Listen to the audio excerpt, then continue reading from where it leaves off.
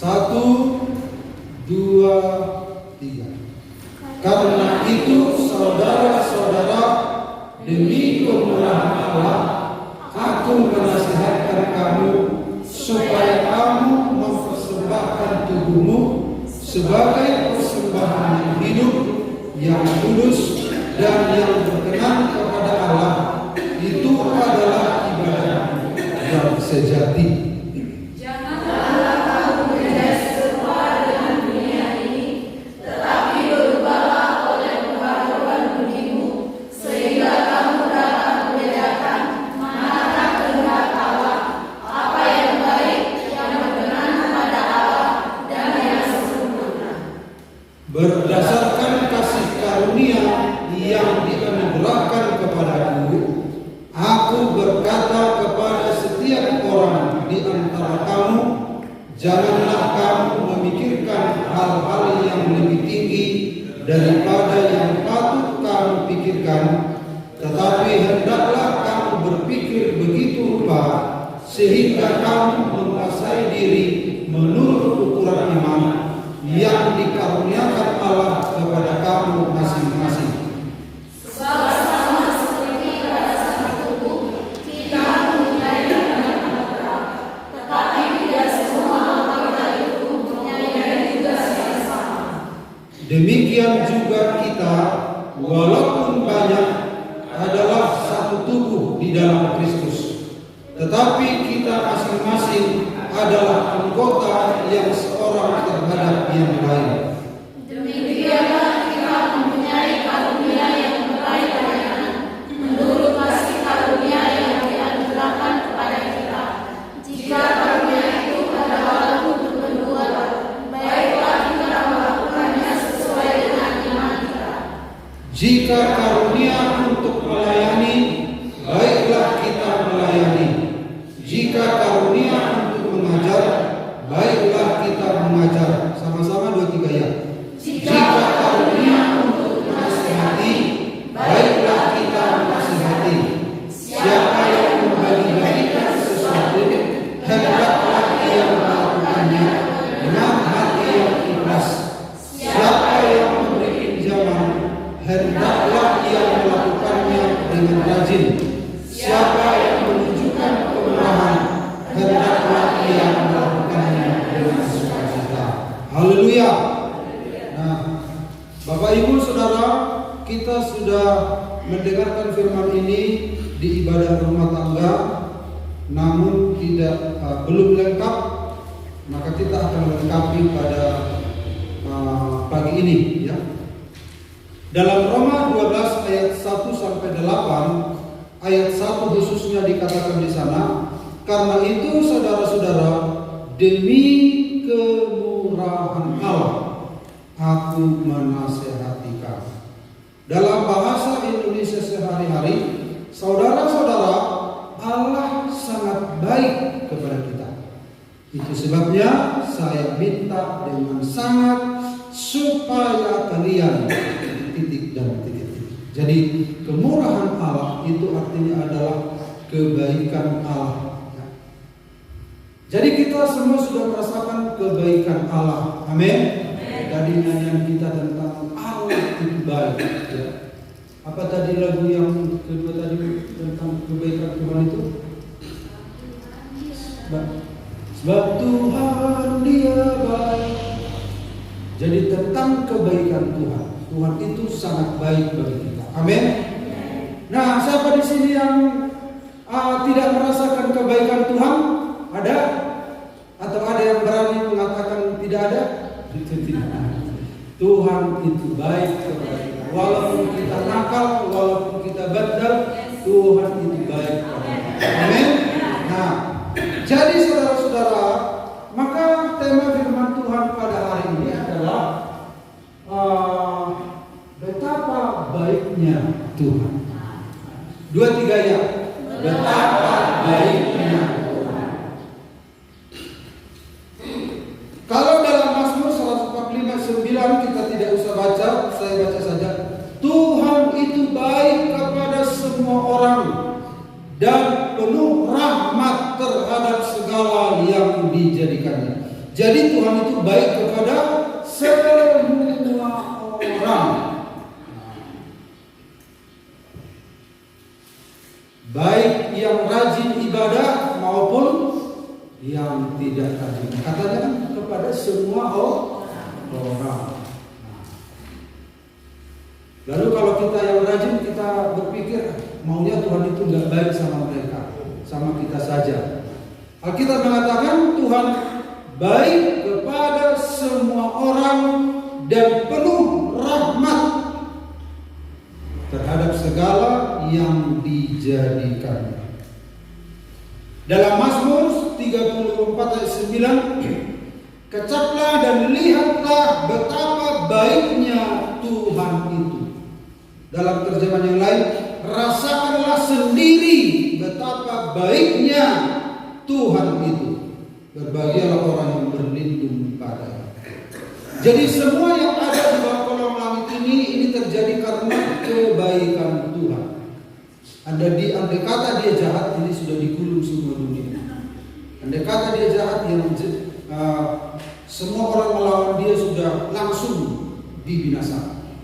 Tapi semuanya berjalan sebagaimana biasanya karena dia itu baik. Ya. Ada nanti satu masa Tuhan itu punya agenda, ada masa dia mengadili, ada masa penghukuman. Ya.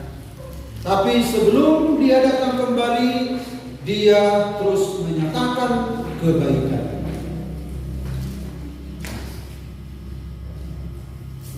Kemudian Bapak Ibu,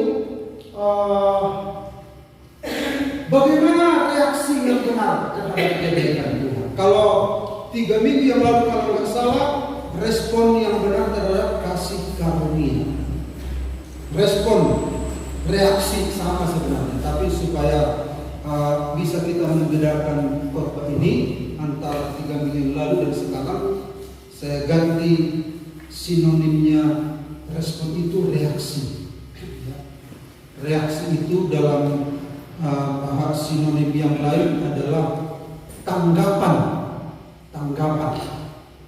atau feedback dalam bahasa Inggrisnya ya. Bagaimana reaksi yang benar terhadap kebaikan Tuhan? Nah, kita kan sudah tahu Tuhan itu baik.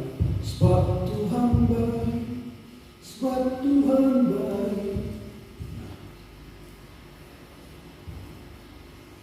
Sebab Tuhan baik.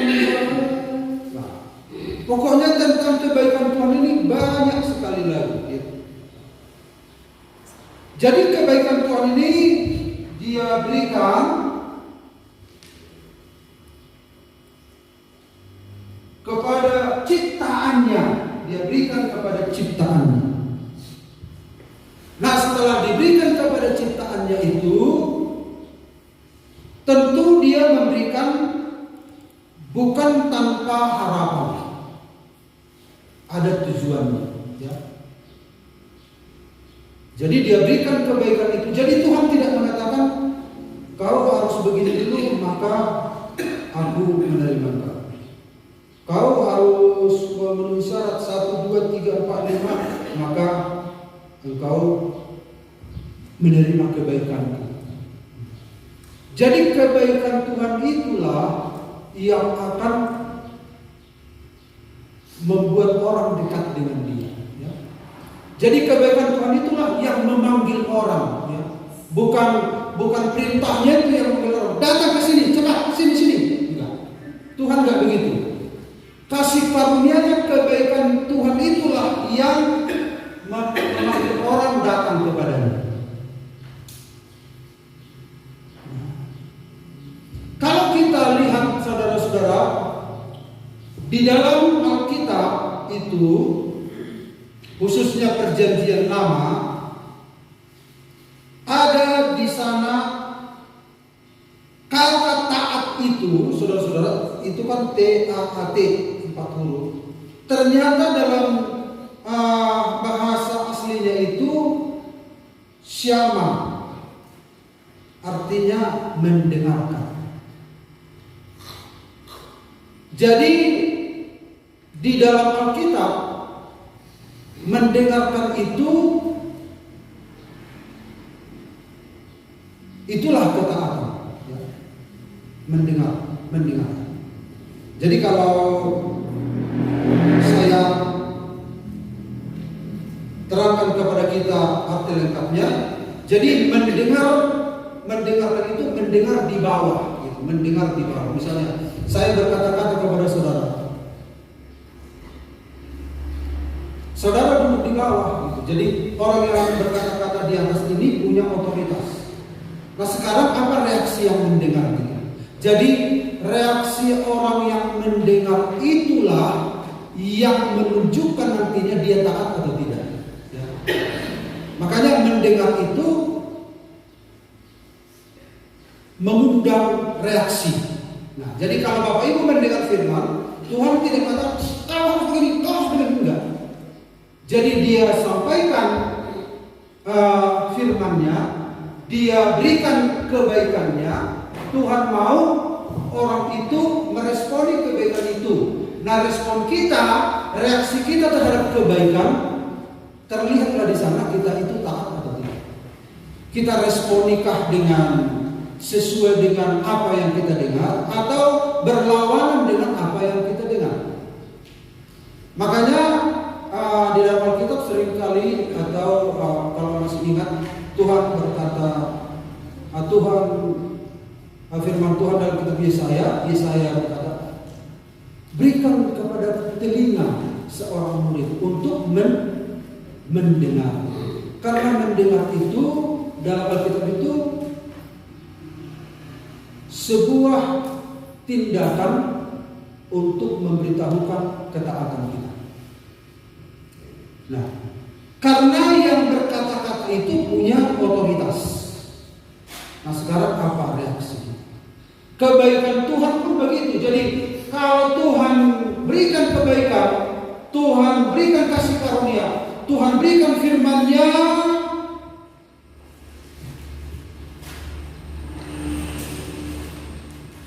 itulah cara memanggil orang kepada Tuhan. Jadi semua pertolongannya kepada kita itu cara Tuhan untuk membuat kita dekat kepadanya.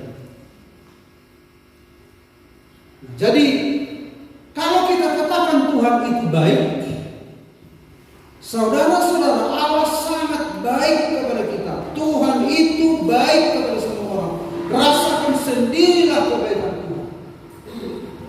Maka kebaikannya Tuhan itu dicurahkan untuk memanggil kita. Nah, apa reaksi kita terhadap kebaikan yang sudah kita terima? Tuhan telah tolong kita, walaupun kita berhutang, kita nggak dilukai orang yang berpiutang. Kan puji Tuhan, amin. Coba kita dikejar-kejar, lalu ditangkap, dimasukkan ke kantor polisi. Kan Tuhan baik sama kita. Lalu kita sakit, Tuhan tolong. Ya, Mak Cindy tadi dibilang ada sini. Tuhan tolong, Tuhan itu baik. Mungkin ada konflik dalam rumah tangga kita, sampai saat ini kita masih kita memuji Tuhan. Tuhan itu baik. Nah, jadi Tuhan terus curahkan kebaikan. Nah, kalau Tuhan itu baik, bagaimana reaksi yang benar terhadap kebaikan Tuhan? Tentu ada reaksi. Reaksi inilah bukti bahwa kita benar mengecap kebaikan Tuhan. Bukti inilah yang menjawab. Jadi reaksi ini adalah jawaban kita.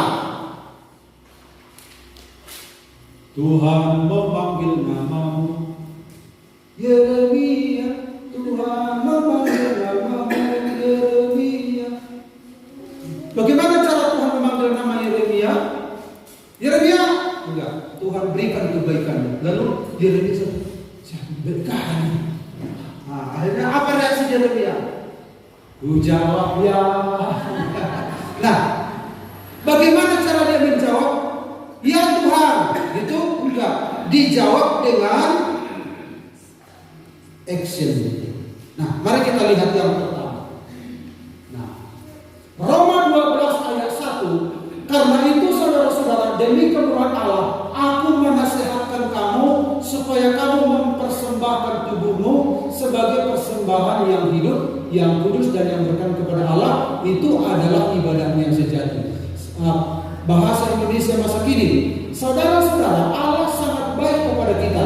Itu sebabnya saya minta dengan sangat supaya kalian mempersembahkan dirimu sebagai suatu korban hidup yang khusus untuk Allah dan yang menyenangkan hatinya. Ibadatmu kepada Allah seharusnya demikian. Jadi reaksi kita yang pertama terhadap kebaikan Tuhan adalah persembahkan tubuhmu pada. Jadi ketika Tuhan memanggil namamu Yeremia, jawaban Yeremia apa? Oh Tuhan, ini Bapa, ku persembahkan tubuhku. Karena kebaikan Tuhan itu terus, maka reaksi Yeremia, dia mempersembahkan tubuhnya. Jadi kebaikan Tuhan itulah memanggil semua orang, ya.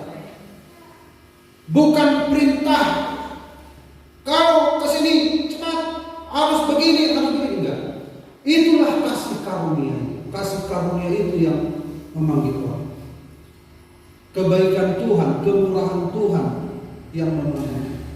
Jadi kalau Bapak Ibu sudah merasakan kemurahan Tuhan, jawablah dengan apa? Persembahkan tubuhmu. Aku menasihatkan kamu, kata Rasul Paulus, karena Allah itu sangat baik kepada kita. Saya minta, artinya jawablah begitu, dengan persembahan tubuh. Persembahkan. Jadi kalau sudah Tuhan beri kebaikan, tetapi tidak ada reaksi yang benar, reaksi yang salah bagaimana Bapak? Sudah dikasih,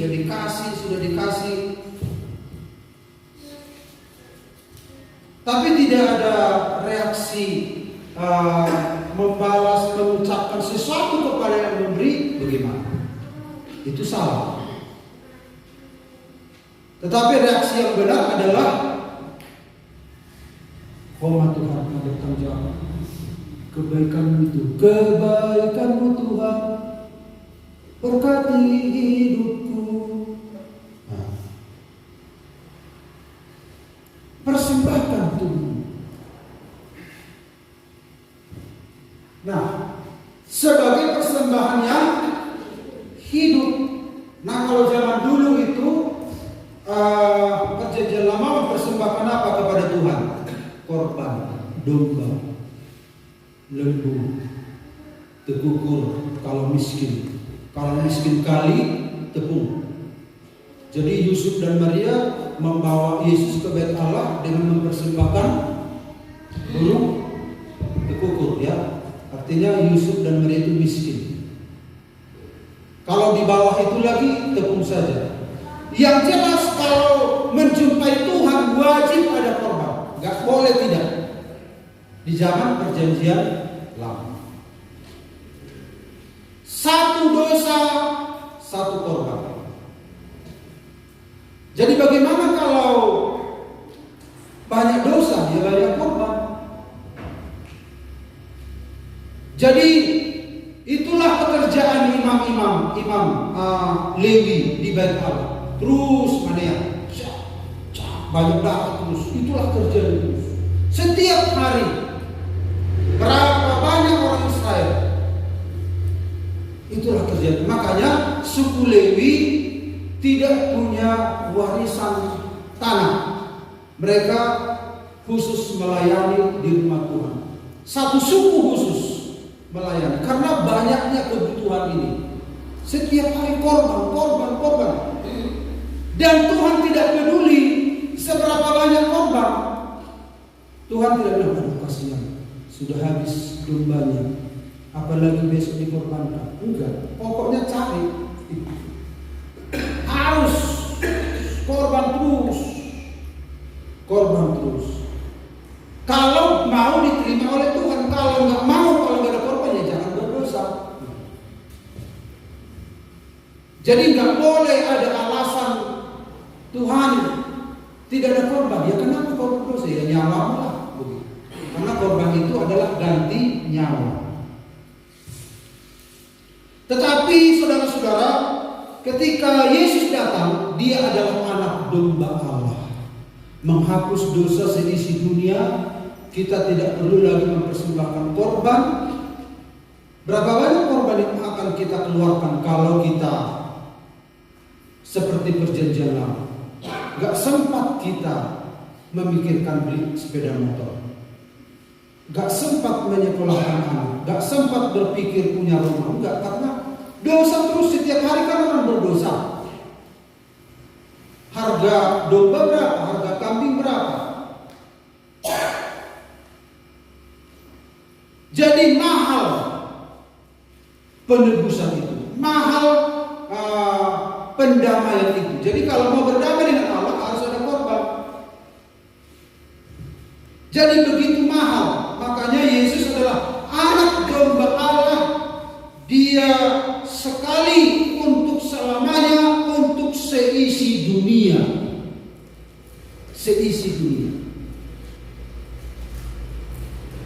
Nah, di dalam perjanjian baru, kalau demikian, kalau dikatakan persembahkanlah tubuhmu menjadi persembahan yang hidup, yaitu Bapak Ibu, kita seolah-olah mempersembahkan diri kita.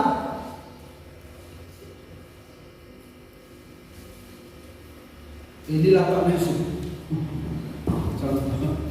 Ini si Dirli, ini si Dier. Inilah kita semua. Persembahkan. Artinya mati seluruhnya. Dia kan akan dibakar ini. Tapi bukan berarti kita harus dipersembahkan seperti ini. Persembahan yang hidup itu maksudnya adalah kita hidup sebagai seorang anak Tuhan, tetapi keinginan daging kita, keinginan dosa kita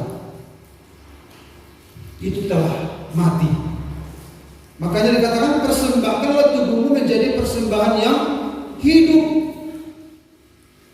Jadi kalau persembahan yang hidup, kita harus memikirkan kita semua begini.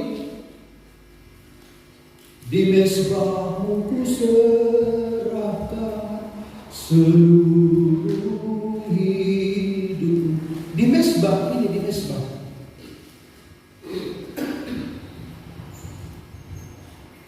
Tidak ada lagi tindakan-tindakan yang tidak menyenangkan Tuhan.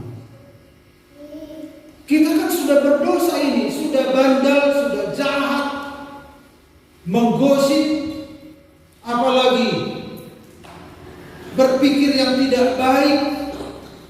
Tetapi kebaikan Tuhan terus datang. Apa maksudnya ini? Tuhan baik kali kau sama aku, padahal aku selalu melawan perintahmu. Nah, kebaikan Tuhan itulah yang menyadarkan kita. Jadi kalau kita sudah merasakan kebaikan Tuhan, gak sadar-sadar, padahal maksud Tuhan adalah memanggil kita supaya kita hidup sesuai dengan kehendaknya. Kalau gak sadar-sadar, nanti ada satu babak baru penghukuman. Nah, kita merasakan kebaikan Tuhan. Kebaikan Tuhan itu maksudnya memanggil kita. Tuhan masih berikan kita makan minum, Tuhan masih tolong kita, Tuhan sembuhkan kita dari sakit kita, Tuhan masih mengizinkan ada satu lembar di dompet kita. Atau kalaupun gak ada satu lembar di dompet tapi kita masih sehat, bersuka cita, itu kan kebaikan Tuhan. Amin. Itu kebaikan Tuhan. Ada orang dia punya misalnya menara di Jakarta bertingkat 17, tapi kalau dia enggak meresponi kebaikan Tuhan, sama saja. Atau dia punya banyak hal di dunia ini, padahal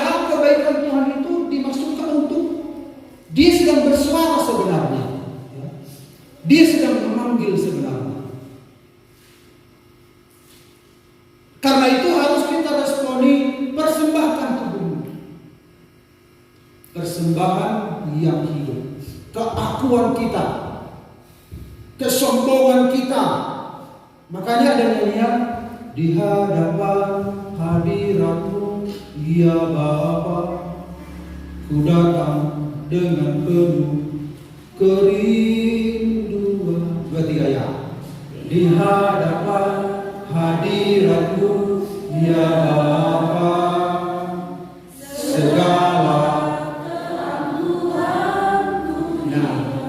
segala keangkuhanku hilang. Ini keangkuhan ini dia bersih. Itu persembahan.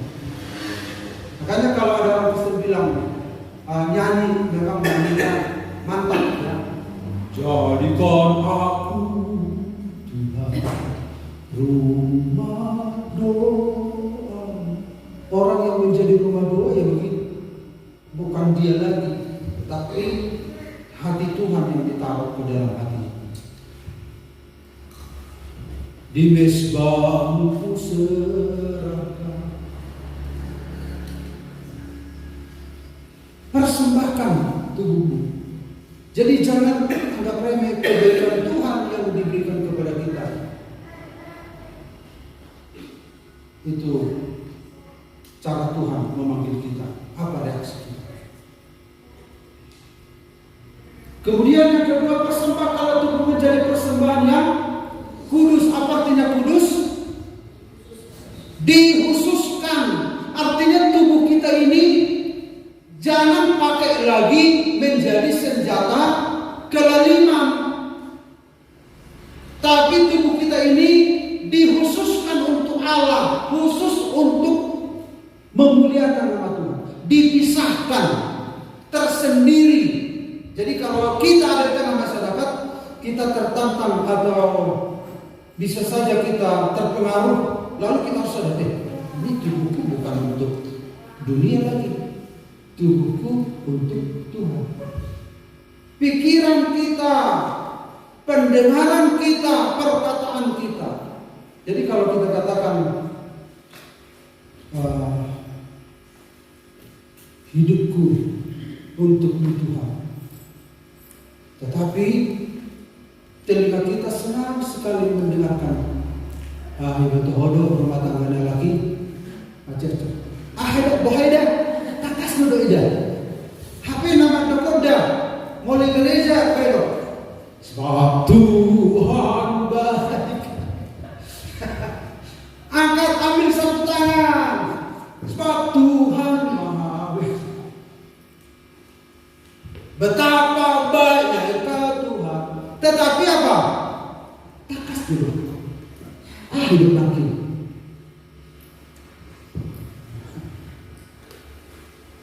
Natinggilan pinggona mamereng mabege manang molong takas dibeli ditubuh-tubuhi. Ini anak Tuhan ini telinga itu harus kudus, artinya dikhususkan mendengar hal yang baik. Ketika orang itu diberkati Tuhan, anak Tuhan itu jangan kipil para kedua, mau lihat apa Tuhan tak, narihai marutang do memang lain untuk sekolah negeri, alai pada resolusi, memang awak pikir mana benar mana alai dua ni mak ada resolusi, mulai dia ingin mendengar hal yang positif begitu ya. Mulut kita juga begitu. Jadi kalau dari mulut yang satu keluar pujian, dari mulut yang satu juga keluar apa? Makian. Nah, jadi mau kita gunakan untuk apa ini? Jadi persembahkanlah tubuhmu menjadi persembahan yang kudus, khusus. Jadi khususkan. Tuhan tidak mau memakai persembahan tubuh yang umum. Kalau umum kan semua pakai. Semua pakai tubuh kita kan. Oke apa? Puji Tuhan, oke. Memaki-maki orang, oke. Semua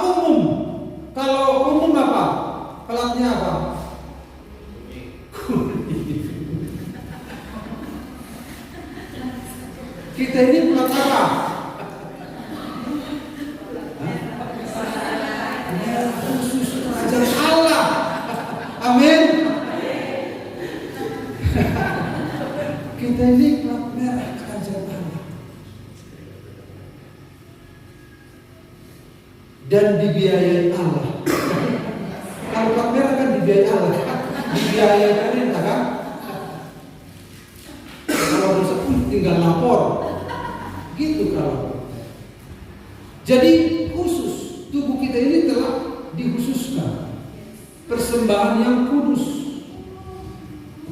Bahasa Batak badia. Tuhan perbadiai mahami. Apa maksudnya? Pulik. Bahasa Batak pulik. Dikhususkan, dibadiai. Badiai mahami. Akan nabadia, huria nabadia, artinya khusus, tidak umum lagi. Makanya jangan sembarangan dengan hidup kita, jangan sembarangan dengan tubuh kita. Amin. Hidup kita ini milik Tuhan. Itulah respon kita terhadap kebaikan Tuhan. Tapi kalau sudah kebaikan Tuhan terus Dia curahkan bagaikan hujan yang deras, datang terus. Kita tidak responi dengan baik, kita tidak persembahkan hidup kita tidak hidup kudus, itu reaksi yang salah. Dan Tuhan menantikan masa yang tepat kapan Dia akan datang dan akan menghukum. Ya.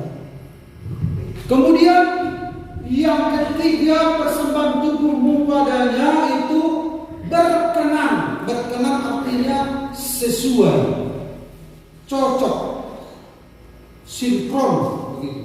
Berkenan artinya persembahkan tubuhmu sebagai persembahan yang berkenan sesuai dengan kehendak Allah, sesuai. Tuhan, kalau kita kan mempersembahkan tubuh kita begitu, memuji, menyembah, hidup sebagai seorang Kristen, lalu Tuhan katakan, ya sesuai. Ya sesuai. Di checklist sesuai. Nah itu berkenan. Sesuai. Oke, sesuai. Atau kita persembahkan tubuh kita setengah. Kalau guru kan setengah. Atau salah. Nah kalau setengah bagaimana? Perbaiki. Nah, baru udah sesuai. Cocok. Itu artinya berkenan. Itulah cara kita, itulah reaksi kita terhadap kebaikan Tuhan. Amin Bapak Ibu. Persembahkan tubuh. Bapa, ku persembahkan tubuhku.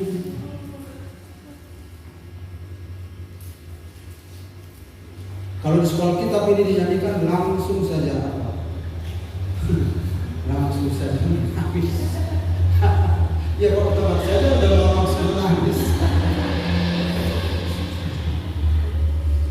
Nah, tapi kita ini kan sama-sama anak-anak Tuhan. Baik di sekolah kitab, baik di gereja, semuanya adalah anak-anak Tuhan.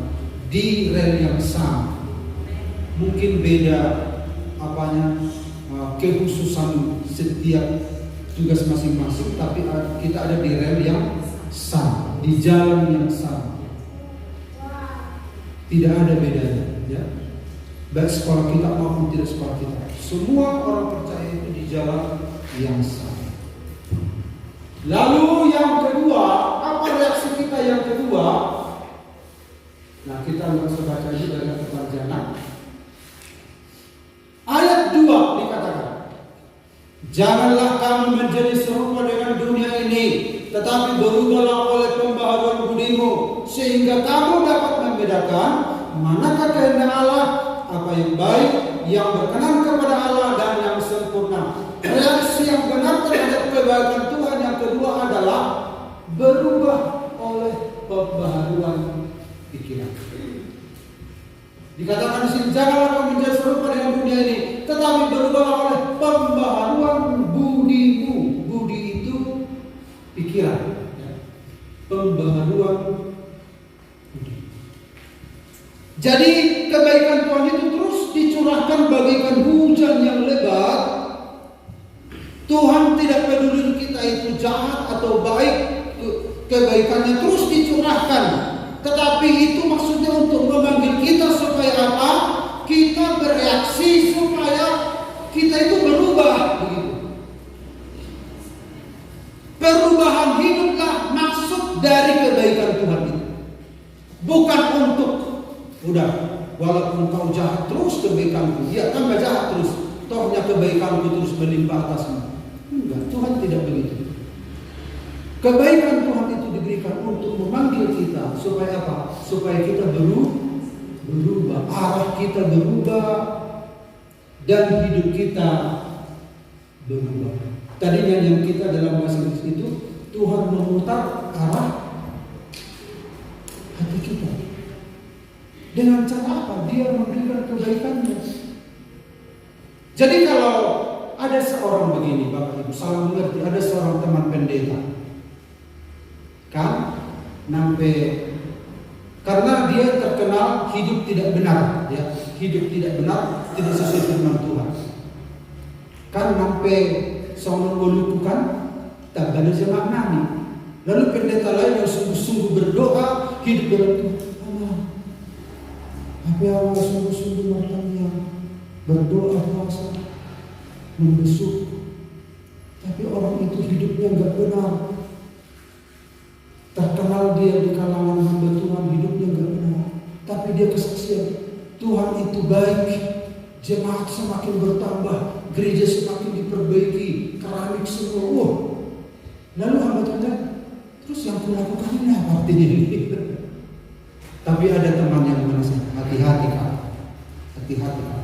Gak lama kemudian rumah tangganya hancur, dia dipecat dari jabatan pendeta. Karena apa? Dia tidak, walaupun memang Tuhan baik, tetapi kebaikan Tuhan tidak dimaksudkan untuk mengizinkan dia terus di dalam posisi itu. Terus mengapa? Bukan begitu maksud Tuhan. Bukan itu maksud Tuhan. Jadi kebaikan Tuhan itu untuk mengubah hidupnya sebenarnya. Tetapi dia tidak meresponi dengan baik. Akhirnya hancur, rumah tangganya hancur sekali. Dan dia dipecat dari kependetaan. Kasihan anak-anaknya, kasihan. Nah, itu adalah contoh salah meresponi kebaikan Tuhan. Jadi bukan berarti kita merasakan kebaikan Tuhan terus, lalu kita tidak ada perubahan. Bukan itu maksudnya Tuhan. Memang terus akan Tuhan berikan kebaikannya sampai kita mati. Kapan batas akhir kebaikan Tuhan? Ya sampai mati. Kalau sudah mati, apalagi. Tapi sebelum kita mati, saudara harus langsung mendengar. Dia ingin kita berubah oleh pembaharuan pikiran. Jadi kalau ini pikiran, ini adalah aksi, ini aksi begitu. Aksi kita itu kan diputuskan oleh pikiran, kan?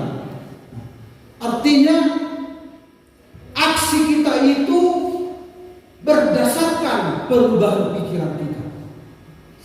Jadi pertama pikiran kita dulu yang mengalami perubahan, lalu hidup kita itu aksi kita berubah.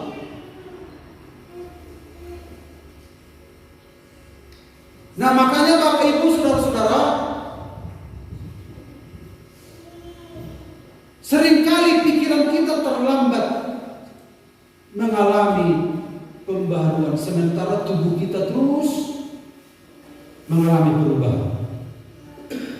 Tubuh kita terus mengalami perubahan, akhirnya sampai kita tua. Tubuh kita terlalu cepat tua, tidak diiringi dengan perubahan pikiran. Makanya seringkali walaupun kita sudah fisik kita sudah semakin bertambah, tapi kita masih kekanak-kanakan. Karena apa? Tidak bersamaan, tidak seiring sejalan pikiran dan perubahan tubuh kita. Makanya segeralah berubah pikiran Nah, kalau kita perhatikan Bapak Ibu, apa artinya ini? Metamorfosa dalam bahasa Yunani, berubah, transformasi dalam bahasa Indonesia. Metamorfosa itu adalah meta, artinya setelah. Jadi kalau metafisika berarti setelah fisika, begitu ya kira-kira. Setelah fisika ini ya supranatural, kira-kira ya. Artinya adalah meta ini setelah atau di luar. Jadi alam supranatural ini kita disebut metafisika karena di luar natural, begitu. Sementara morpe, ya, jadi metamorfosa ini terdiri dari dua kata, meta dan morpe. Morpe ini artinya adalah bentuk. Jadi dalam konteks biologi, metamorfosa ini adalah perubahan bentuk. Perubahan bentuk.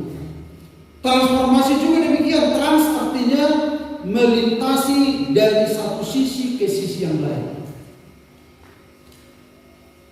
Sementara form itu artinya adalah bentuk. Formasi, form, bentuk. Jadi sama. Jadi saudara-saudara, metamorfosa itu adalah proses peralihan wujud sifat fungsi ke bentuk yang lain. Itu sama seperti dari telur kepada ulat, dari ulat kepada kepompong, dari kepompong kepada kupu-kupu. Ini peralihan, ini proses peralihan. Dalam bahasa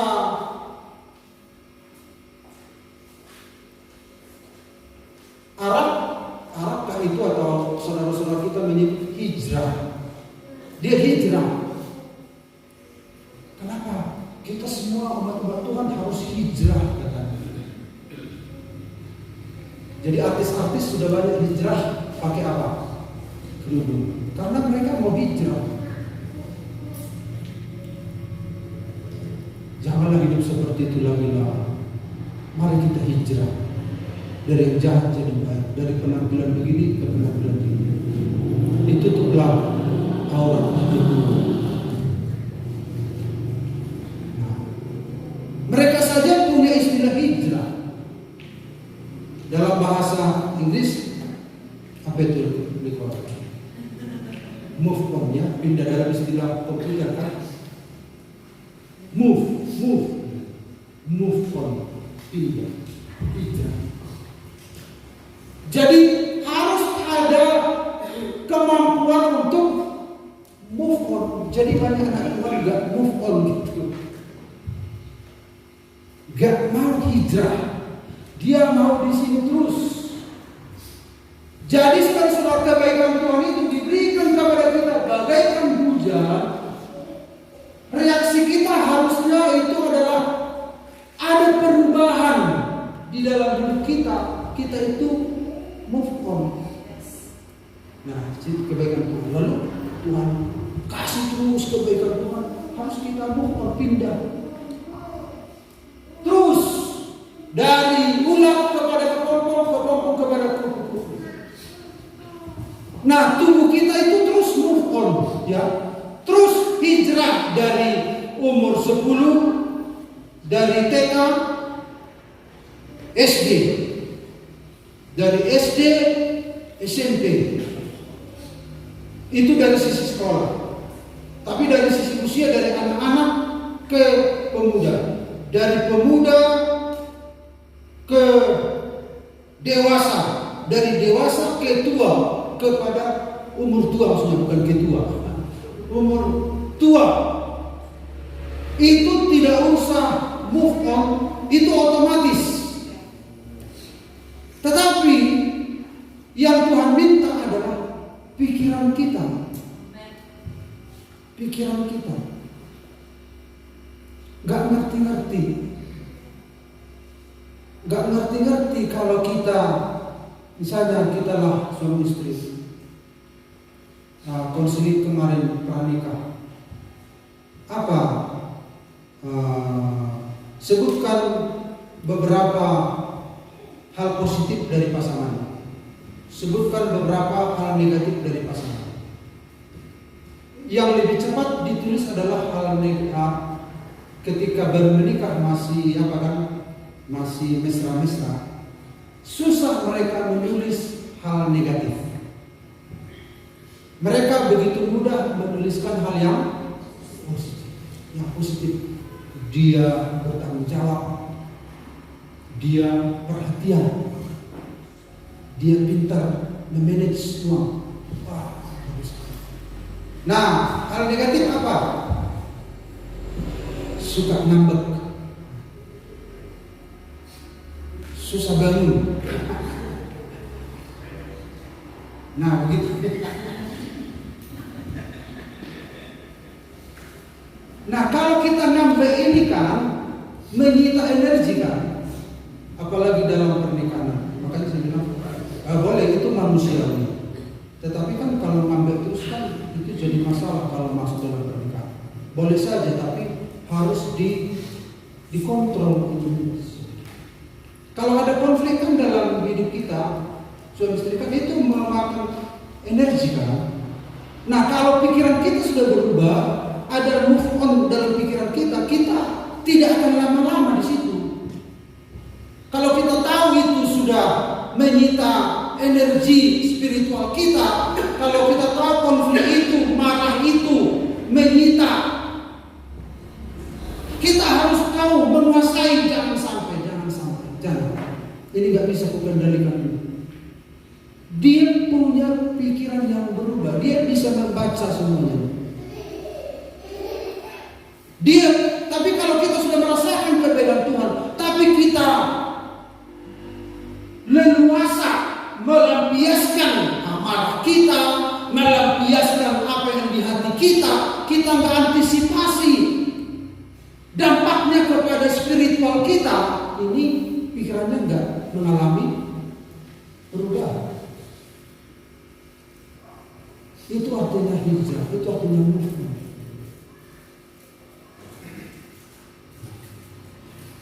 Dia bisa membaca situasi, mengantisipasi di bagian mana ini pasanganku ini, apa di bagian mana anakku ini, di bagian mana saudaraku ini.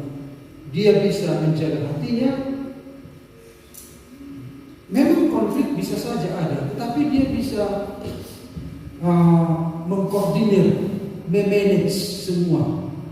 Itu seiring dengan perubahan dalam pikiran. Bapak Ibu ingat bahwa tubuh ini terus move on, tetapi pikiran ini lambat. Nah, makanannya ini apa? Firman Tuhan. Amin. Jadi kalau firman Tuhan memenuhi hati dan pikiran kita, inilah yang memerintah tubuh kita untuk melakukan apa yang Tuhan mau.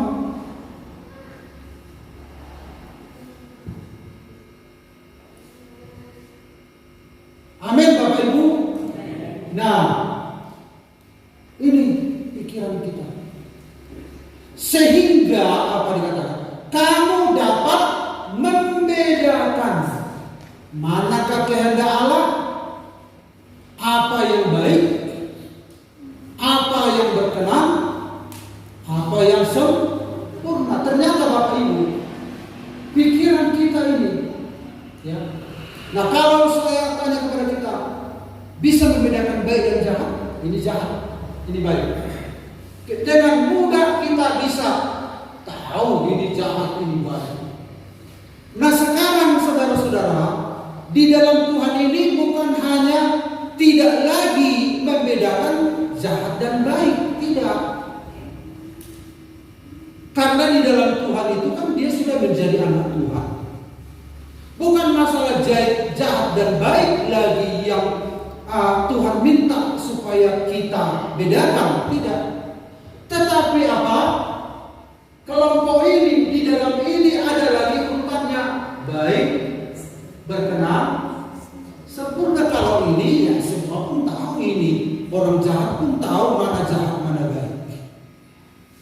Orang jahat tahu mencuri itu jahat. Jadi anak Tuhan bukan masalah apalagi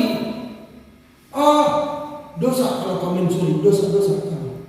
Bukan itu lagi. Tetapi kita bisa mengerti tentang tingkatan di dalam Tuhan itu. Bagaimana kita bisa membedakan ini? Kalau pikiran kita itu mengalami pembaharuan. Misalnya, walaupun kita jahat, walaupun kita berdosa, walaupun kita banyak kurang kelemahan, kebaikan Tuhan itu diberikan kepada kita. Nah, kemudian semakin mengerti. Meningkat lagi. Setelah meningkat apa? Kita mengerti tentang yang baik contoh. Sekarang yang berkenan itu bagaimana? Bukan hanya masalah jahatnya lagi yang kita pikirkan. Bagaimana kita sesuai dengan kehendak Allah. Dia meningkat. Memang Tuhan selalu baik walaupun saya bandel, walaupun saya tidak setia, Tuhan itu baik. Tapi kita tidak tetap lagi di situ. Kita sudah ada di posisi berkenan. Kita mencari apa maunya dia. Misalnya seperti ini, Bapak Ibu kalau tidak berdoa, Tuhan masih baik sama kita? Masih. Nah, setelah pikiran kita diperbaharui, kita akan sadar, aduh ini gak bagus, saya harus berdoa. Berdoa dia meningkat, meningkat kan? Kemudian setelah dia berdoa, ngantuk terus. Haleluya. Oh haleluya. Tuhan tetap baik, baik. Sudah ada terobosan. Dia sudah move on dari malas berdoa jadi berdoa. Ketika dia berdoa ngantuk-ngantuk, tetap kebaikan Tuhan. Nah, bagaimana supaya meningkat lagi? Saya harus berdoa dan tidak ngantuk. Dan dia berdoa tidak ngantuk terus, tetapi pikirannya kemana-mana. Oh, nggak bisa konsentrasi. Memang nggak ngantuknya, tapi nggak bisa konsentrasi.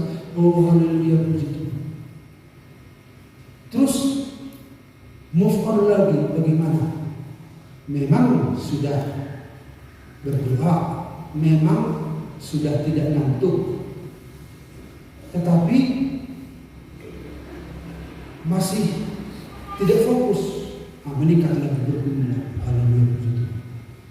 Akhirnya dia merasakan hadirat Tuhan. Nah, jadi bukan hanya merasakan hadirat Tuhan, berdoa sewaktu-waktu, tetapi dia makin meningkat lagi, berubah lagi pikirannya. Dia mengejar yang sempurna. Nah, bagaimana yang terbaik itu, yang sempurna itu? Akhirnya bukan hanya dia berdoa saat teduh saja, punya hubungan yang intim dengan Tuhan di setiap saat. Jadi begitulah caranya di dalam konteks ini ada tingkatan-tingkatan baik, berkenan, sempurna. Kita enggak ini lagi. Bagaimana itu bisa terjadi? Kalau kita mengalami perubahan oleh pembaharuan pikiran, sehingga kita bisa membedakan yang kulakukan ini apa? Bukan jahat atau baik, bukan. Baik, berkenan, sempurna. Di situ sekarang. Amin, Bapak Ibu. Sepertinya sampai di situ dulu karena waktu jauh. Terus itulah kebenaran firman Tuhan yang kita nikmati pada hari ini. Tuhan itu baik kepada kita. Karena itu reaksi yang benar adalah persembahkanlah tubuhmu dan alamilah perubahan oleh pembaharuan pikiran kita. Jangan sampai nanti tubuh kita nggak bisa lagi diperintah oleh pikiran yang dibaharui oleh Kristus ini. Tetapi mumpung masih bisa, alamilah pembaharuan pikiran ini. Amin. Demikianlah renungan. Tuhan memberkati kita. Mari kita nyanyikan nyanyian kita.